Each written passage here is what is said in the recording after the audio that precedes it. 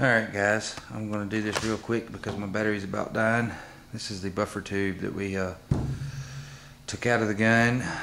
This is the one that Omega Tactical sent me. If you look, it is a UTG.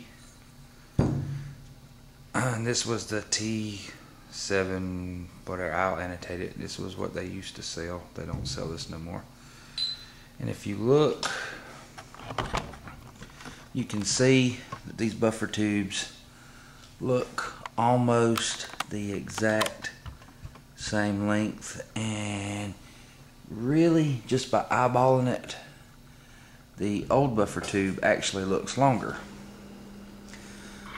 But let me assure you, they might actually be longer in length just by, actually they look dead nuts even. I want to show you, here's the little thing that pisses me off. This right here is what's probably causing me so much trouble. First we will measure the inner diameter, the inner of the old tube. I don't know if you can see that.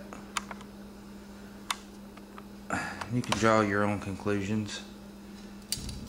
This one is right at, bottomed out now. The tape won't go no further down. We're just a fuzz over 6 3/4. Now, this one, this is the new one that we're gonna put in there. And if you look, dead nuts to the bottom,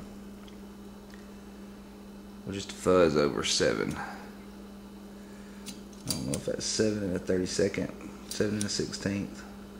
It's hard to see and be on the camera. Let's do it like that. See if we can zoom that in. It's almost dead nuts at 7. I think that one little 1/4 of an inch, just shy of a 1/4 of an inch, is going to be the straw that broke the camel's back on this thing. I think that when we put this in, this will give us just enough clearance. I am going to put this in right now and throw the rifle back together, and then I'm going to shoot it this weekend and make sure that that is the problem solver. But I do believe that's what the problem was, because I only had, thousandths, I don't know, maybe the thickness of a piece of paper, if that, clearance between my bolt and my bolt stop. In fact, when I put the other buffer spring and buffer in, and when I pulled it back all the way to the back where it bottomed out in the buffer tube, it wouldn't even actually clear the bolt stop. It hung over. So I guess that just goes to show you, sometimes mil spec ain't mil spec, or they got their specs out of tolerances or higher end. I guess the problem when I had it on the thing, when I put that A2 upper on, I guess their bolt was a little on the shorter side, the bolt carrier group, and my buffer